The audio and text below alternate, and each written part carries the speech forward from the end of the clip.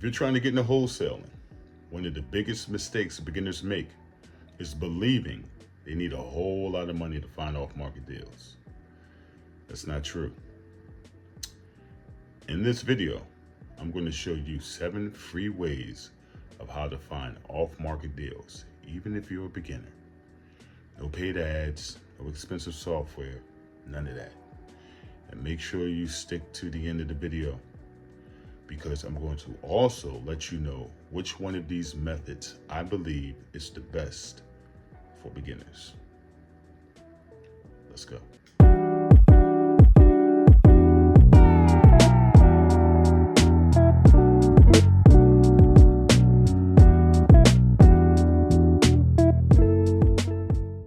What's going on, everybody?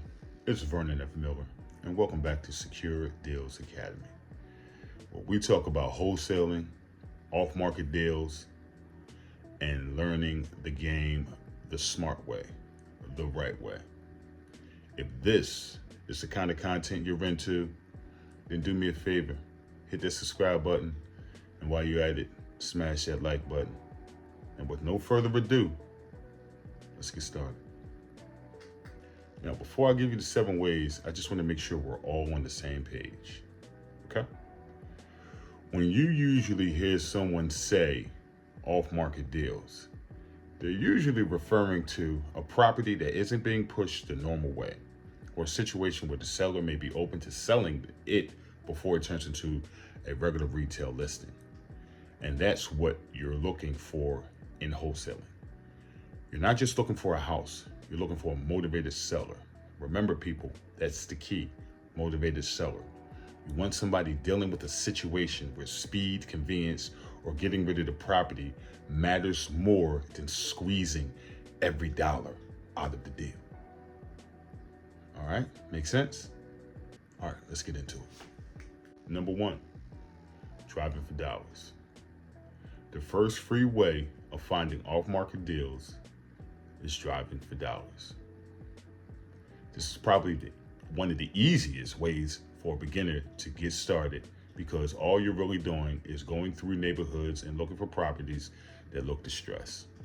I'm talking about stuff like overgrown grass, boarded up windows, peeling paint, broken fences, mail piled all up, signs the property may be vacant, things like that. When you see houses like that, write down the address. That's it. A lot of times those properties are connected to some kind of problem. And in this business, problems can turn into opportunities. Now, just finding those properties isn't enough. You got to follow up. But as far as getting started, this is one of the easiest ways to train your eye on building up your property list, your pipeline. The second free way is Facebook Marketplace. A lot of people sleep on Facebook, but it actually can be a good place to find off-market deals. You want to look for homes for sales, rentals, landlord postings, and even local real estate groups. Pay attention to words like must sell, needs work, price to sell, investment opportunities, or handyman specials. Stuff like that can be a sign there's some motivation there. You also want to look at landlords who seem tired, people posting properties they haven't moved, or even sellers trying to handle everything themselves. The point is, Facebook gives you access to people who may already be in a situation where they want out. Number 3 is Zillow, especially for sell by owners or listings that have just been sitting there. For sell by owners, or FSBO sellers, are already trying to do things without an agent. So sometimes they are a little bit more open to direct conversations. And then you've got those stale listings. These are the properties that have been sitting on the market for a while and just aren't moving. Why does that matter, people? I'll tell you why. Because when something sits too long, the seller usually gets frustrated, and frustration can create motivation. So just don't look at fresh listings. Look at the ones that have been sitting. Sometimes those are the people most open to a direct kind of offer or a faster solution. And real quick, if this is helping you, hit that like button. Also, stay with me because after this list, I'm going to tell you the 2 best methods I recommend for beginners. Number 4 is Craigslist. Now, I know when some people hear Craigslist, they're thinking automatically, it's kind of old school, isn't it? Yeah, it is. However, depending on your market, it can still work. Especially when it comes to older landlords, direct owners, and people who just throw up basic listings because they want to move a property fast. Look through homes for sale, rentals, and buy owner listings. What you're really looking for is pain. Maybe the landlord is tired of the tenants. Maybe the property needs work. Maybe the listing looks rushed or poorly put together. Maybe the seller just wants it gone. A bad listing doesn't always mean a bad deal. Sometimes it just means the seller is motivated and doesn't know how to market the property well at all. Cha-ching. Number 5 is networking with real estate agents. A lot of wholesalers overlook this because they believe real estate agents only care about retail buyers, and that's not always true. Some agents know about pocket listings, stale listings, fixer-uppers, and properties that just aren't a good fit for the average buyer. So when you talk to agents, keep it simple. Let them know that you're looking for distressed properties, motivated sellers, older listings, or homes that need work. The right agent can bring you leads you probably would never find on your own. And the best part is, building relationships doesn't cost you anything. Number 6 is probate and inherited property leads.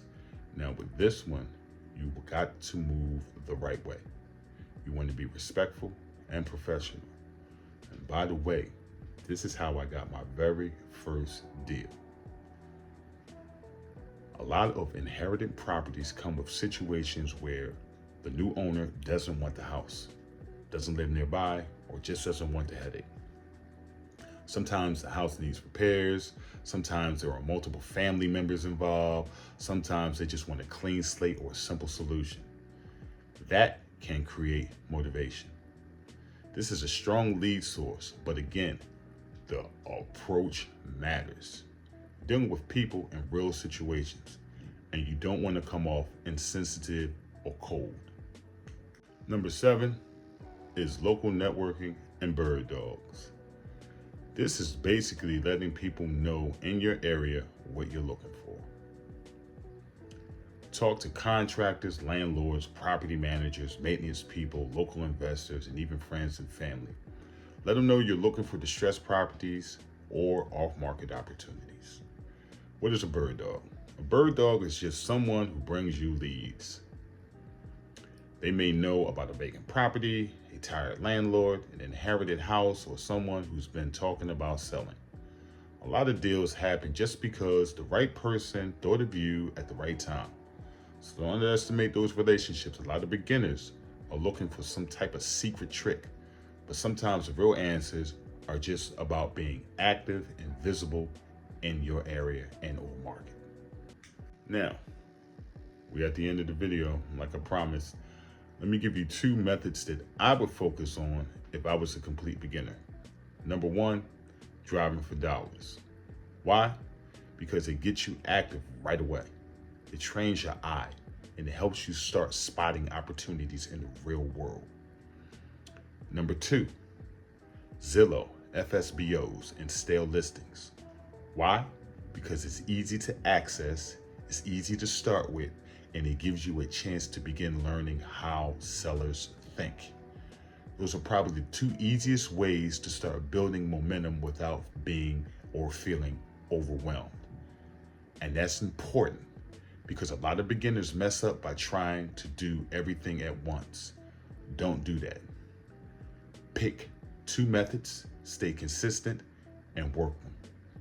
So there you have it. 7 free ways to find off-market deals as a beginner wholesaler.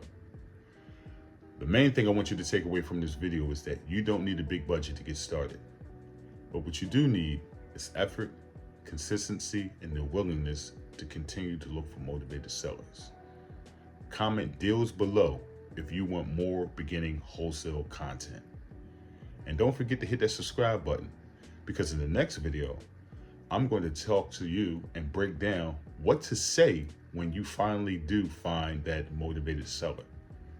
That's where a lot of beginners get stuck at. Until the next one, I'll catch you later.